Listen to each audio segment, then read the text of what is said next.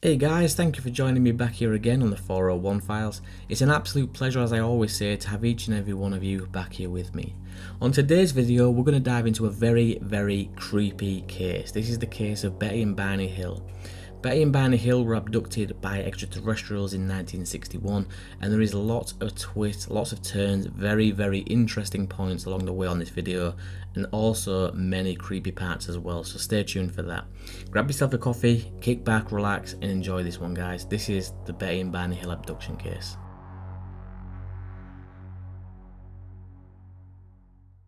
So here's a really quick summary of the case, just a little bit of an oversight as to what happened. Betty and Barney Hill were an American couple who claimed that they were abducted by extraterrestrials in the rural portion of the state New Hampshire. And from September the 19th to 20th, 1961, it was the first widely publicised report of an alien abduction ever in the United States. So for most people, you might consider this the godfather of all abduction cases.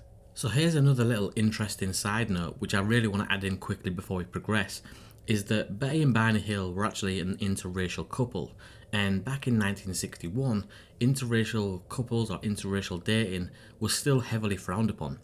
So you can only imagine how much stress, strain and pressure these two people were already under. Now try to imagine that they come out and start spinning a tale of extraterrestrials taking them aboard a craft that came from space. Are they likely to do that? Are they likely to want to bring any more attention their way? I highly doubt that. And so I think that is a very interesting point to note. So Betty and Barney had actually been to visit family, and it was on their way back to their hometown of Portsmouth that they arrived home at dawn, and they didn't feel relieved at all. In fact, they felt quite dirty. Their watches had stopped working, Barney's shoes were all strangely scuffed, and Betty's dress was somehow ripped. Things just seemed very off, and in fact there were 2 hours of missing drive time that neither of these two people could account for. The couple never really spoke much about the night's events, and in some ways it was almost like they tried to just crack on with normal day life again. But it didn't take long before Barney started to suffer some very vivid, dark and disturbing dreams. After a while of Barney's suffering, he decided that he would go into some kind of hypnotic regression, try to pull back some of the missing time from that night. And it's during Barney's hypnotic regression sessions that the story of the Betty and Barney Hill abduction really comes into its own. So this is where the story really gets strange, because as the couple are driving home, they see a strange light in the sky, and basically it looked like a falling star, but it grew larger and brighter with every passing mile. Barney was an avid plane watcher and also a World War II vet, so he kind of just felt like there was nothing to worry about and tried to reassure Betty that this was probably a satellite that had gone off course. After a few miles of this strange looking light mimicking the car's movements, curiosity basically got the better of Betty and Barney, and they pulled over into a road stop, like a picnic turnout place, to get a closer look. So at this point, Barney gets the binoculars out to have a closer look, and it's actually Betty that has the first look through the binoculars. Betty sees this weird, strange, white looking light spinning in the air, and she's famously known for saying, "Barney, if you think that's a satellite or a star, you are being completely ridiculous." And Barney must have known that Betty was right, because Barney was a smart guy. He had an IQ of 140. He'd already started the process of elimination at this point, and he just knew that the night was far too quiet for it to be a helicopter or a commercial plane or even a military jet. And I think that Barney didn't want to spook Betty, but he was becoming overly concerned about what this strange white light actually was. So after a few minutes observing this strange looking weird light in the sky, the couple decide to get back in the car, and at this point, after driving a few minutes down the road, they're approximately only 70 miles now past the diner, but this object can be seen again hovering above the treetops, approximately only 100 feet above them. Barney abruptly stops the car, keeping the engine running, and he grabs a handgun that's been hidden under his seat and bangs that into his pocket, runs into a nearby field, leaving Betty behind at the car. What Barney sees is as big as a jumbo jet, but as round and as flat as a pancake. And in most documentaries that I've seen, he's known for thinking at the time, "My God, what is this thing? This cannot be real."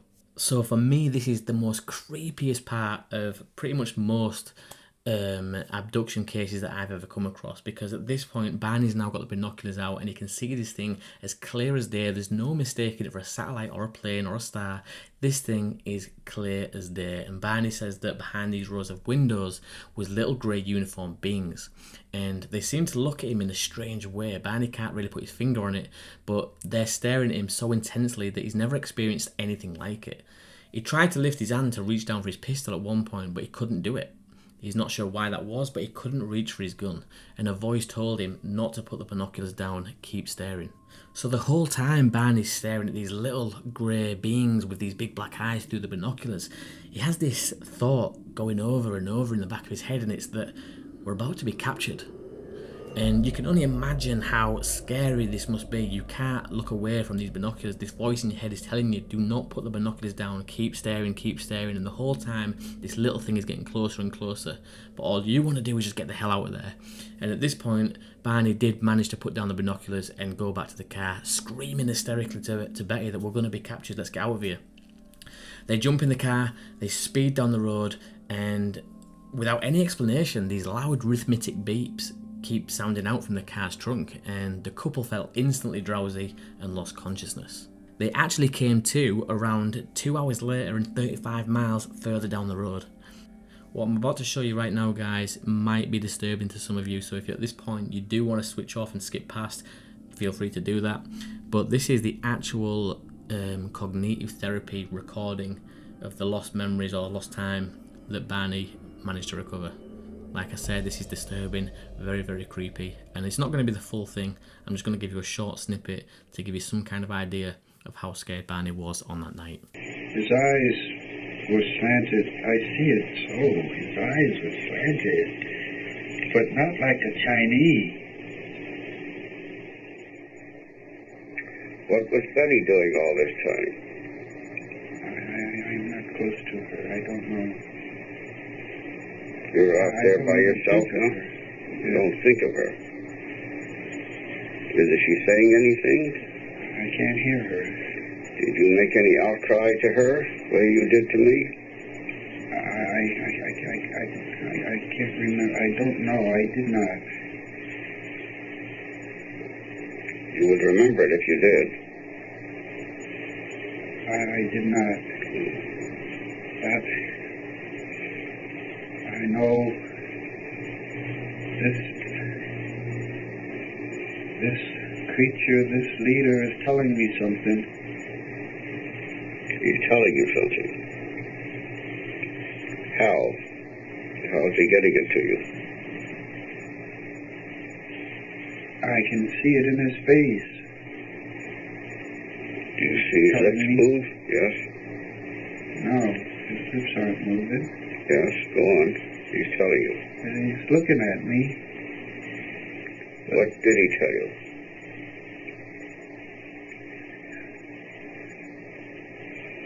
Stay there and keep looking. Just keep looking and stay there. And just keep looking. Just keep looking. Could you hear him tell you? Oh, I gotta pull these binoculars away from my eyes. Because if I don't, I'll just keep staying there. Could you hear him tell you this? Oh, no, he didn't say it. You felt he said it. I know. You know he said it. Just there, yeah. Just stay there, he's saying to me. It's all right. pounding in my head. Don't pull the binoculars away. God, give me strength. All right. Pull them down. Run! Pull these binoculars down and run. God, if there's a God, give me strength. I gotta get away. Oh, Betty! All right. We gotta get away, Betty! All right. Calm down. I'm driving. I gotta down. get away. How could you be sure he was telling you this? Calm down. You're still asleep.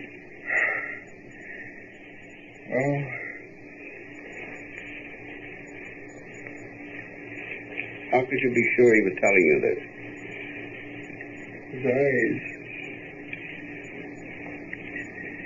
His eyes. I know that will have been quite disturbing to some people. I know the first time that I heard that, I had the hairs on the back of my neck standing up, and it gave me the chills because the fear, the intensity in Barney's voice there, it's almost like we're stood in that field looking through the binoculars with him. It must have been an absolutely terrifying experience. And you've got to remember as well, this whole time that Barney stood in this field watching this craft come down, there is a little grey being in the window of this craft that tells him, do not look away, do not look away. This is something that we heard in the Travis Walton case. Travis said that they seemed to be able to control his behaviour, his movements, his thoughts, all through the eyes. He said there was something strange about their eyes. I can't put my finger on it, but when I looked at them, I had this squirmy feeling inside my head, and it was agony. And this is kind of what Barney's touching on here.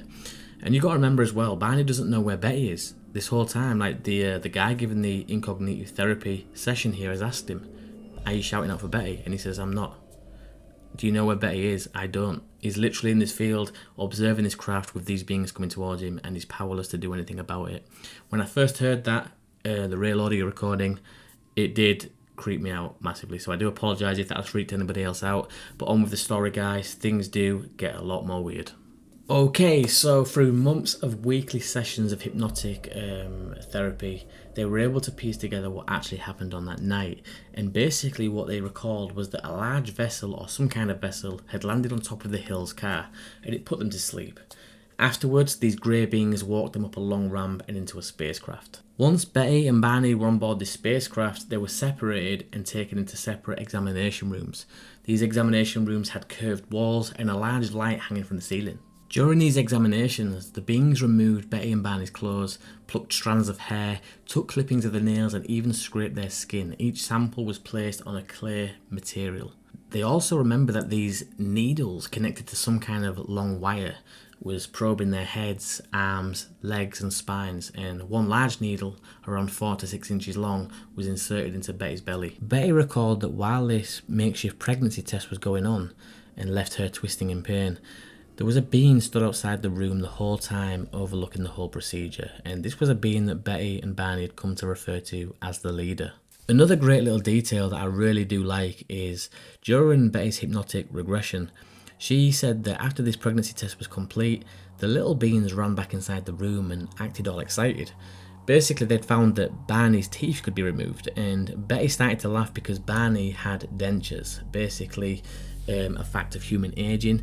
But these little beings just couldn't seem to grasp that concept. They didn't understand why Barney's teeth could be removed, and they even started to try and pull on Betty's teeth. Now, I think this is a great detail to come out during this hypnotic regression, because we always get people saying to us, why would an intelligent species fly across the universe, blah blah blah blah blah. Well, this is a great example. Like, they might be super intelligent, they might fly a super sophisticated spacecraft and come from thousands of light years away and abduct humans, but at the end of the day, they don't understand fully the way we live. Something as simple as dentures had these little beings stumped, and I really love that detail that came out. So at some point during this abduction, Betty is actually left alone with this little being that they call the leader, and Betty just straight out asks him, like, where have you come from? And this little being jokingly says to Betty, if you don't know where you are, then there'd be no point me telling you where I am. But later under hypnosis, Betty actually was able to draw some kind of a star map of a constellation that wasn't even known about at the time. And it still remains a mystery today how Betty knew about this. Betty claims that she was shown some kind of a star map on the ship, and it was given to her telepathically. Right guys, that's all we've got time for. This was just a really quick video for me to try and cram as much about the Betty and Barney Hill case as I can in one short video. Hopefully now though, it's intrigued you enough to go out there and explore this phenomenon for yourself. Maybe dive a bit further into the Betty and Barney Hill case as well, because there is much more that I've probably not touched on here in this short video. As I always say guys, if you can, please do give this one a thumbs up. Drop down in that comments box below and let me know what your best abduction case is, and if you really did rate this one as well, because for me, it's mind-blowing. Subscribe if you haven't already, and until next time, you guys have been awesome. Stay tuned. I'll see you on the next one.